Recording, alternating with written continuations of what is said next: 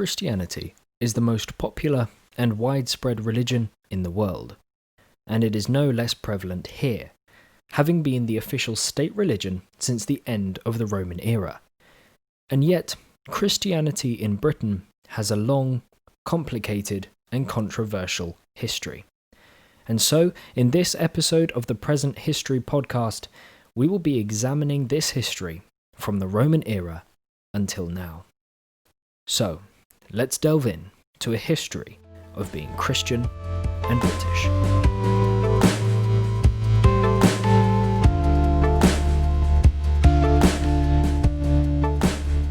Before the Romans invaded in 43 AD, the Celtic people of Britannia followed a rather expansive religion, worshipping over 200 different deities, feeling a deep connection to nature, and sacrificing both material possessions and, at points, humans. The Druid priests, according to Roman sources, practiced human sacrifice on a monumental scale, with Julius Caesar writing that some employed the method of wicker men, or having figures of vast size, the limbs of which formed of osiers they fill with living men, which, being set on fire, the men perish enveloped in the flames. Burning, drowning, hanging, and decapitation were their preferred methods of sacrifice. When the Romans arrived, they were shocked and abhorred by the practice of human sacrifice, and began to suppress and destroy the Druid leaders. They did little, however, to actively try and change the national religion. As had been their policy throughout the empire, the invading forces would not impose a new religion on the people, but would allow them to continue worshipping their own gods, and would, in some cases, even adopt these gods for themselves. As a polytheistic people themselves, the Romans were content to let the Britons worship their gods, if only they would temper their more extreme practices. As Christianity began to spread across the empire in the years following the death and resurrection of Jesus Christ, they were constantly repressed and at points persecuted. It wasn't until the 2nd century AD that we find any real evidence of there being Christians in Britain. There may have been Christians around before then, but as a truly metropolitan outpost of the empire, we might never know for sure when Christianity began in Britain or who brought it over.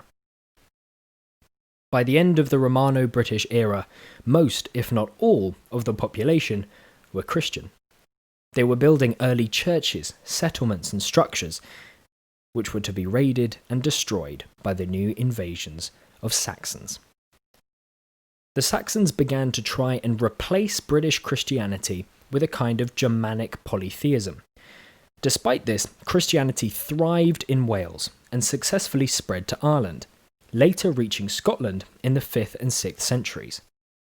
Disconnected from the church in Rome, the Britons forged a distinctively Celtic church. As the tradition goes, the new pope of the Roman Church, Gregory, saw a number of Anglo-Saxon boys on sale at a slave market, and remarked, "These are not angles, but angels," and became set on converting the Saxon Britons. In 596, he sent a party, led by St. Augustine, to Britain, where they landed in Kent and began to convert the population. Kent was the first to fall, with Essex following quickly after. In 627, the King of Northumbria and all his nobles were baptized, but when he was killed in battle, his kingdom reverted back to paganism. They were later reconverted by priests from Scotland. By the end of the 7th century, all of England was at least nominally Christian, but this was soon to be tested by the new invasions of Vikings from the continent. With them, they brought a similar kind of polytheism as the Angles. When Alfred defeated them in the decisive Battle of Edington, they divided England in two, and the Vikings agreed to convert to Christianity. Once they had become Christian, there was little to separate them and the Saxons. But over time, Alfred's descendants would conquer the Danish lands and create a single, united kingdom. During the late 10th century, Britain underwent a kind of religious revival, with the Archbishop of Canterbury, Dunstan, building a number of monasteries and churches. After the Norman invasion and conquest in 1066, the power of the church really came to the fore. The church owned land, held enormous power, and were crucial in aiding the position of the king, and in shaping the legal and religious life of the country. The king, at this time, was not the head of the church, but was heavily involved in the choosing of church leaders, sometimes even opposing the Pope himself. In 1070, as William was being coronated, Pope Alexander II sent an ambassador to begin some rather monumental changes in church structure. Unhappy with having a man named Stigand as Archbishop of Canterbury, the Pope and the new King William deposed him, replacing him with a man named Lanfranc, who began to overhaul the structure of the church. He made sure that the local priests were kept under the control of the central church bishops and archbishops, bringing into play a structure in which a bishop controlled an area called a diocese. Each diocese had an archdeacon to help the bishop manage the churches, and each diocese was divided into smaller deaneries that were overseen by a dean, who made sure canon law and right conduct was upheld. Over the next few years, monasteries and churches grew, with the power of the church ever increasing. It wasn't long before the true power of the church was realized, with the beginning of the Crusades in 1095. As the new Islamic Caliphate dominated the Middle East and overthrew Jerusalem, the very heart of Christianity was seen to be attacked. The Pope called on all Christian nations to rally alongside one another and reclaim the Holy Land. Britain's contribution to the First Crusade was limited, with a war between the new King William II and his brother Robert of Normandy occupying them more than the quest for the Holy Land. But when the Second Crusade came about in 1147, King Stephen dispatched crusaders from Dartmouth. Despite not making it to the Holy Land, having to stop in Portugal, the English soldiers did aid King Alfonso I in reclaiming Lisbon from the Muslim invaders. Over the next few years, the subsequent kings of England sent thousands of soldiers to try and recapture the Holy Land. And yet, it wasn't until the reign of King Richard II that the Christian Church in Britain faced any real threat to its orthodoxy. John Wycliffe, a theologian, philosopher, and seminary professor at the University of Oxford, began in the mid-1300s to question the power, status, and wealth of the church and its clergy. In what would become known derogatorily as Lollardy, the followers of Wycliffe began to debate the veneration of saints, the sacraments, transubstantiation, and monasticism, going as far as to question the very existence of the papacy. Wycliffe and his followers even translated the Bible into the common vernacular, an act seen as rebellion against the church. For so long, the only people who could read, interpret, and exposit scripture were the church leaders and priests. Now, the common, literate man could read the word of God for himself. Of course, this was a monumental concern for the church. Not only was he questioning the power and authority of the church and the Pope, but was also investigating and debating the orthodoxy of the church's theology. While the church didn't get the chance to bring any recompense against him while he lived, when he died of natural causes, they condemned him posthumously, exhumed his body, burnt him, and tossed his ashes into the river Swift. What Wycliffe did, however, was start asking questions that would come to the fore during the years of the English Reformation. When Henry VIII ascended to the throne, he married his brother's widow, Catherine of Aragon, and was desperate for a male heir. When the Reformation was tearing apart the church on the continent, Henry actively condemned it, garnering him the title Defender of the Faith. Very quickly, however, he changed his tune. As Catherine was only able to provide Henry with a daughter, he sought a way out of the marriage. When the Pope refused to allow a divorce, Henry summoned the very same Reformation Parliament he had once condemned to enact the same statutes against the English Church, severing all ties with the Roman Church and making Henry the head of the Church, allowing him the divorce he was so desperate for. A law was passed at the same time, meaning that it was an act of treason to oppose these reforms, or to continue in your Catholicism. This tore the English Church apart, and set in motion the English Reformation and the dissolution of the monasteries. The issue was, however, that the doctrine of the English Reformation remained practically unchanged. Other than the king now being the head of the church, there was little to no real difference between them and the Roman Church they had just split from. Lutheranism remained condemned, and many reformers were still martyred. Men like John Frith, Robert Barnes, and William Tyndale, a man whose work had been one of the inspirations for Henry's break with Rome, and whose translation of the Bible actually formed the basis of Henry's own authorized Great Bible. This was turmoil, and for the next 150 years, doctrine changed and varied with each successive ruler, getting increasingly violent as the years went on. With the accession of Queen Mary I, a Catholic queen, persecution of the Protestants increased, gaining her the name Bloody Mary. Her sister and successor was little better, turning the tables and persecuting the Catholics. Elizabeth's successor, James I, supported the new Protestant denomination of Anglicanism, but began to pull back on the Catholic persecution. It was the numerous attempts on his life that included the infamous gunpowder plot that led him to institute harsher measures.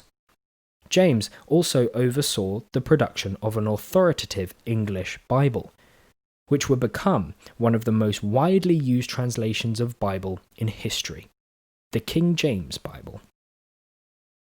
All the while, a new, more strict branch of Christianity was growing, the Puritans, who were set on removing all Catholic practices from the English Church and were soon to become one of the most prominent denominations in Britain.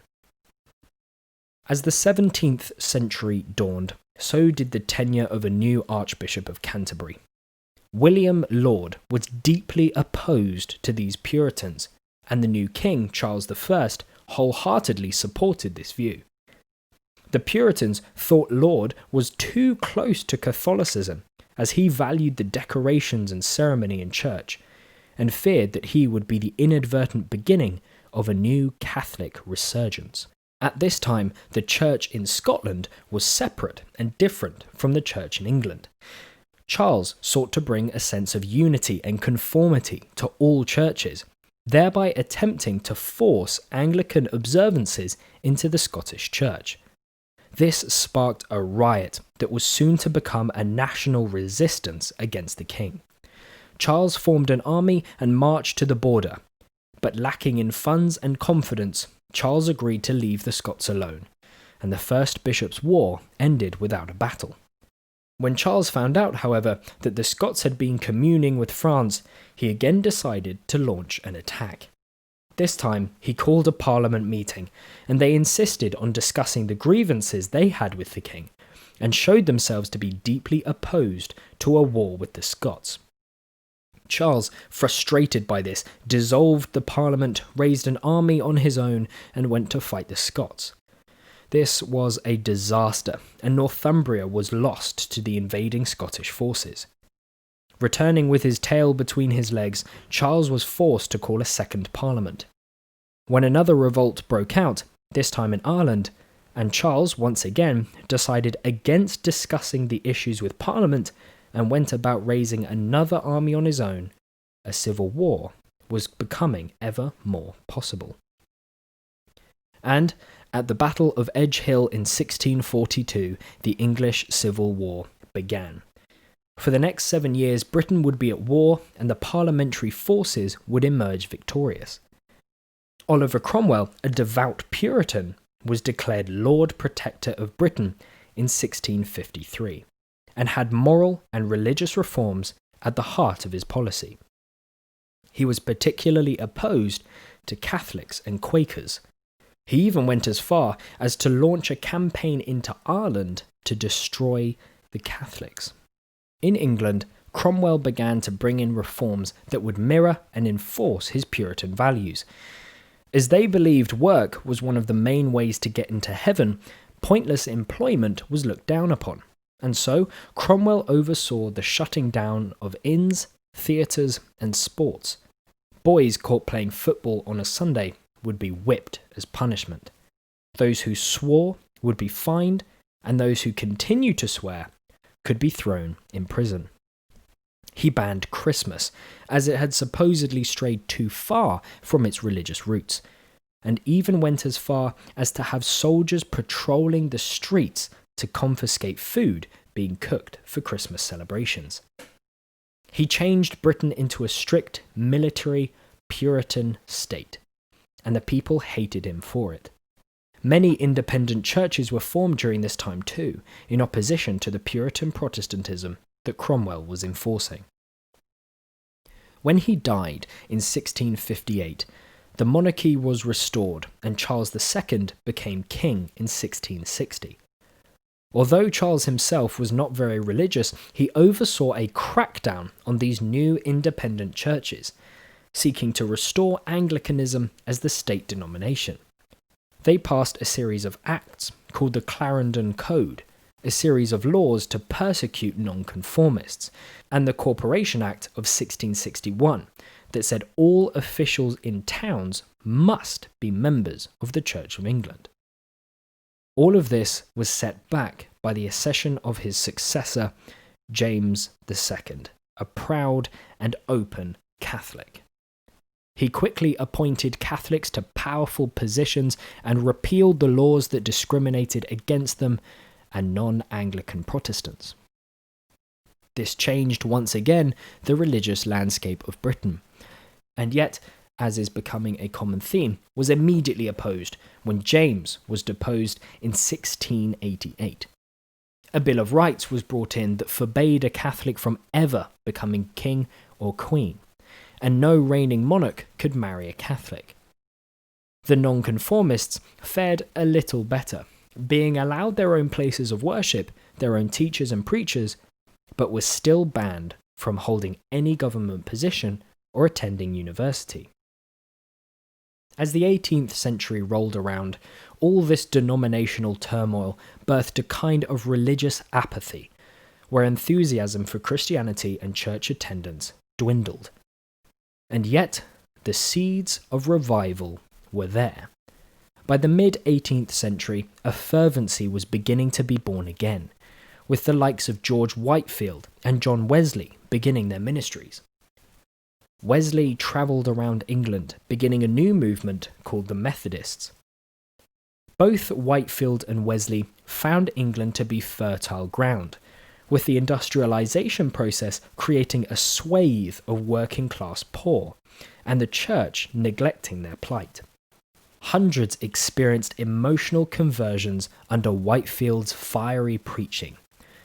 Wesley joined Whitefield and they served together, with Wesley quickly becoming the leader of the movement. But, finding themselves in opposition to one another on the doctrines of predestination and sanctification, they parted ways.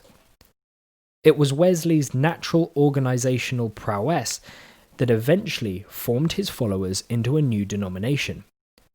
Originally, the term Methodist was a derogatory term, coined by Wesley's critics, but soon they wore the label proudly. However, the critics went one further than slander, paying bands of thugs to break up meetings, threaten Wesley's life, and attack his followers. This didn't stop Wesley, and even the direct opposition of the Bishop of Bristol had little effect on his determination. He would go on to travel over 4,000 miles each year and preach over 40,000 sermons in his lifetime. Wesley, his brother Charles, Whitefield, and others like them were the beginning of a Christian revival that would continue into the 19th century. The Church of England remained dominant, but even they were being affected by the revivalism, with a new evangelical revivalist faction growing rapidly, led by William Wilberforce and Hannah More, known as the Low Church. Their mission was to save souls through political action, like abolishing slavery, doing away with the principle of a duel, and prohibiting cruelty to children and animals. During the early 19th century, the Industrial Revolution truly took hold, increasing the numbers of those living in towns from about 20% in 1801 to about 50% just 50 years later. By the early 1880s, this had extended to 2/3 of the entire population. With this, the Church of England regained some of its vigour, embarking on numerous church-building projects. Alongside this, the Catholic Emancipation Act was passed, allowing Catholics to become MPs and hold public office, something they had been unable to do since the Reformation. The early 19th century was also a time of renewed imperialism, and the Christians used it as an opportunity to evangelize, setting up many missionary trips and organizations dedicated to missionary work, like the London Missionary Society. Men like David Livingstone made their homes deep in the heart of Africa and other new colonies, preaching the gospel and converting the native inhabitants. At home, many organizations and movements were formed to combat the pressing issues of the day. For example, William and Catherine Booth founded a movement to reach the poor and fight poverty, naming it the Salvation Army in 1878. It was at this time too that Charles Spurgeon, the so-called Prince of Preachers, began his work. He would go on to sell over 56 million copies of his sermons in his own lifetime, becoming one of the most influential preachers and theologians of his day, and whose influence is still felt today. The emergence of the 20th century brought with it a rapid decline in church attendance, and the membership of all denominations suffered a sharp decline. Protestant parents were losing interest in sending their children to religious schools. Many were beginning to question the truth of what the church and the Bible was saying, and the church's influence on society was beginning to wane. It was a time of crisis for the Church of England, and yet Christianity still remained one of the foremost factors shaping Britain's worldview, morality, and traditions. This was a difficult dichotomy for the church to straddle, in which they were still responsible for the large part of British society, while seemingly losing real influence and attendance. With the outbreak of war in 1914, this decline began to shift, with many seeking the safety, familiarity, and hope offered by the church and its teaching. What can be and has been argued is that the First World War actually presented an opportunity for the church, one to bolster attendance, solidify the church's part in British society, and revitalise their influence. The First World War can be seen as a chance for the church to rectify the issues that had been irritating them for the last few years, to put away the fears of ecclesiastical civil war or disintegration. This came to be realised in rather emphatic style. As the Church Times on August the 14th, 1914 acknowledged, "The first effect of the war has been the great rush of people to the churches." St. Paul's Cathedral also had to put signs outside declaring "church full," with the Bishop of London preaching to around 10,000 people in one service. From the uncertainty of the pre-war years, it seemed that the war had effected a rather impressive change in fortunes for the church. From dwindling congregation to queues out the door. But with the war also came a shift in the role for the church. The atrocities committed by the Germans in Belgium and France switched the role and focus of the church, from a pacifist institution striving for peace and unity into one of the foremost recruiters for the British Army. They created and perpetuated an idea of a moral war, driving their congregations towards a profound sense of duty, responsibility, and honour that almost forced them into enlisting. This was also an almost all-encompassing act. It extended even to the very reaches of the clerical hierarchies, even to nonconformist ministers, who, having not enlisted, still strained every nerve to assist recruiting, as the editor of the Times in 1915 assumed. And yet, as the war came to a close in 1918, the role of the church once more underwent a personality change. From being one of the foremost recruiters and drivers of pro-war rhetoric, they became places of remembrance and havens of solitude and reflection. No longer were the people coming for the uplifting and rousing speeches of wartime patriotism and fervency, but for a spirituality and sanctity that may help them make sense of their loss and the war's terrible costs. What is fascinating to note is that after the years of brutal, violent, and catastrophic war, the belief in hell began to decline. After 1918, practically all preaching of hell in church services ceased. The coming of a Second World War brought about the same kind of questions in the British people. Once more, people began to contemplate the ultimate issues of life, death, good, evil, suffering, and the nature of reality. This led to the wide acceptance of radio broadcasts presented by an author and lay theologian called C.S. Lewis.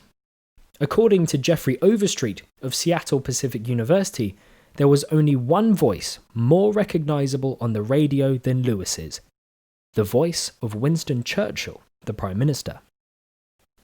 These broadcasts began in 1941, when Britain was being bombarded by the Blitz, the constant and incessant bombing of major cities by the German Luftwaffe. He would go on to do 4 series of talks from 1941 to 1944, giving 25 addresses, gaining up to 1.5 million listeners on one of his broadcasts. As Britain was officially a Christian nation, the BBC had a large religious department who worked tirelessly to bring non-controversial religious broadcasts throughout the war. As with the First World War, this typified much of the response to Christianity during the war years, as, put simply by the old adage, there are no atheists in a foxhole. The post-war years were a time of transition in Britain. Church attendance declined, society began to become more liberal, secular, and materialistic. Other religions, such as Islam, began to gain more of a following as immigration increased, and many people even began to reject religion as a whole, viewing it as mostly unnecessary in their daily lives. During the 1960s, many began to claim that God is dead. The church began to come into opposition with the changing views in society. The church's views on women's ordination, abortion, and contraception came into direct conflict with the new cultural beliefs. However, during this time, Britain also saw the rise of a new denomination, Pentecostalism. This denomination brought a particular focus on the so-called gifts of the Spirit, like speaking in tongues, healing, and prophecy. These ideas and practices would spread into mainstream churches during the 1960s. During the 50s and 60s, American preacher Billy Graham held a number of crusades throughout Britain, gaining vast crowds and getting him summoned for a meeting with the Queen. Through him, Pentecostal Christianity took a real hold, becoming increasingly popular in the 1970s. Today, many of the issues the church began to come into conflict with are still prominent today, with homosexuality becoming an increasing debate within the Church of England, with the role of LGBTQ+ people in the leadership of the church, homosexual marriage, and civil partnerships hotly debated. What the Catholic Church has seen in recent years is the coming to light of abuse and its cover-up. Tragically, this is also an issue that has recently been found in the Church of England. An independent investigation into child abuse within the Church of England, published in October 2020, found that 390 clergy members and other church leaders were convicted of abuse between the 1940s and 2018. The Archbishop of Canterbury, on the 7th of October 2020, came out and said that nothing must get in the way of bringing in much-needed changes to the Church's systems of redress and in their support and focus on the victims and survivors of abuse. He also tweeted saying, "Apologies are vital, but they are not enough. We have to listen, we have to learn, and we have to act." The modern age has been a time of difficulty for the traditional Christian churches in Britain, with attendance dwindling and secularization casting an increasing shade over Christian belief. And yet, the future may also look bright, with people like Rev Chris, the vicar of St Saviour's Church in London, bringing Christianity to the modern world, in the form of his 150,000-strong Instagram page and his nationally recognised 60-second sermons. What the history of the Christian church in Britain can teach us is that constant growth, improvement, and evolution is fundamentally necessary. Not to acquiesce on foundational beliefs and values, but to grow and adapt to the modern world, reaching people in new ways and dealing with societal and cultural issues that are profoundly modern in nature. So, as always, thank you very much for listening to the Present History podcast. I hope this has been enlightening, interesting, and helpful. But please don't leave it here. There is so much more research you can do, and so much deeper you can go. We'll see you next time on the next episode of the Present History podcast.